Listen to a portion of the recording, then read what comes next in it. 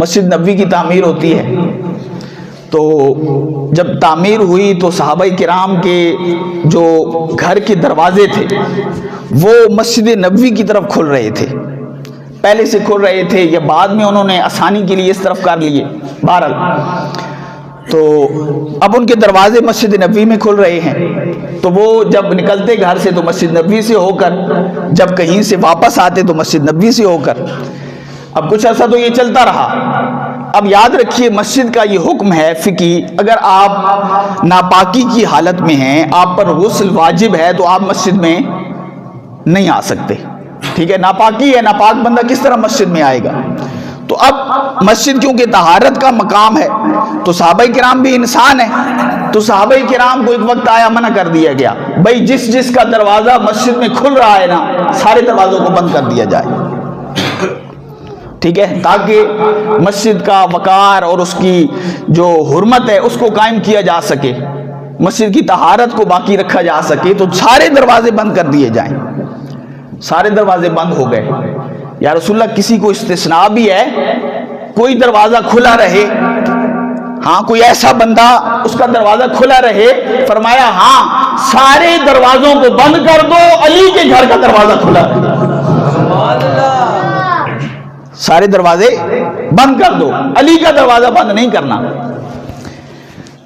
اب بتقاضۂ بشریت علی بھی تو انسان ہی ہے نا،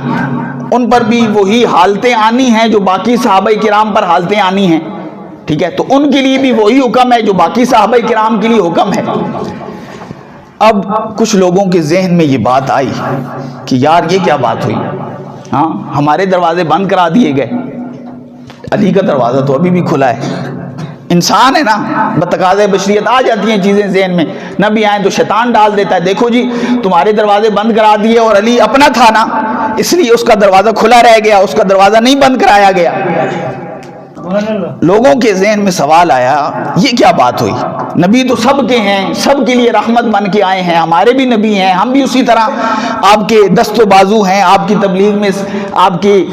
جہاد میں، غزوات میں شامل، علی کا دروازہ کھلا ہے، ہمارے دروازے کیوں بند ہوئے؟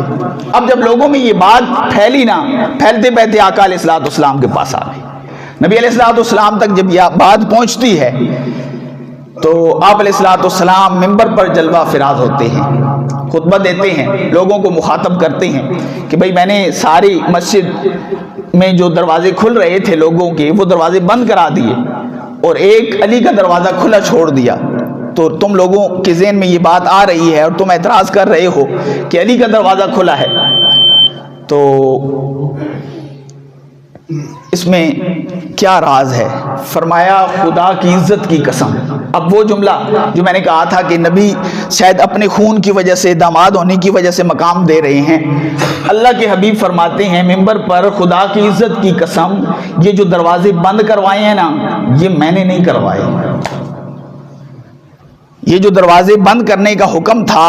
یہ میں نے اپنی طرف سے نہیں دیا، مجھے رب نے حکم دیا تھا کہ دروازوں کو بند کرا دیا جائے۔ اور اگلی بات جو علی کا دروازہ کھلا ہے، اب یہ بھی نہ سمجھو کہ یہ دروازہ میں نے کھلا چھوڑا ہے، خدا کی عزت کی قسم رب کی طرف سے آرڈر ہے کہ علی کا دروازہ مسجد میں کھلا رہے، مسجد میں علی کا دروازہ کھلا رہے، یہ میں نہیں کہہ رہا، یہ رب نے کہا ہے۔ تم مجھ پہ ناراض ہو رہے ہو کہ میں نے دروازے بند، نہ میں نے دروازے بند کروائے ہیں، نہ علی کا دروازہ میں نے کھلوایا ہے، بند کا آرڈر بھی ادھر سے آیا ہے اور کھلنے کا آرڈر بھی ادھر ہی سے آیا ہے۔ اب دیکھیں کیا مقام ہے مولا کائنات کا۔ اب حالتیں تو وہی ہے نا، نتیجہ کیا نکلا؟ آخری بات، نتیجہ کیا نکلا کہ باقی لوگوں پر بھی وہی حالت آتی ہے جو علی پر آتی ہے، اور علی پر جو حالت آتی ہے جس میں مسجد میں آنا ممنوع ہے باقی لوگوں پر بھی آتی ہے، باقی لوگوں کا آنا منع ہو گیا، علی کے آنے کی اجازت پھر بھی باقی ہے کہ علی اس حالت میں بھی مسجد آ بھی سکتا ہے، مسجد بیٹھ بھی سکتا ہے، مسجد قیام بھی کر سکتا ہے۔ کیوں؟ کیونکہ رب نے جو علی کو چادر تطہیر عطا کی، جب وہ چادر تطہیر مل گئی اس کے بعد کوئی پلیتی بھی علی کا کوئی بھی کچھ بگاڑ نہیں سکتی۔ جب وہ چادر مل گئی ایسی پاکیزگی عطا کی رب نے ایسی پاکیزگی عطا کی، اب اس پاکیزگی کے بعد کوئی پلیتی بھی علی کے قرب میں نہیں آ سکتی۔ فرمایا وَيُطَهِّرَكُمْ تَطْهِيرًا،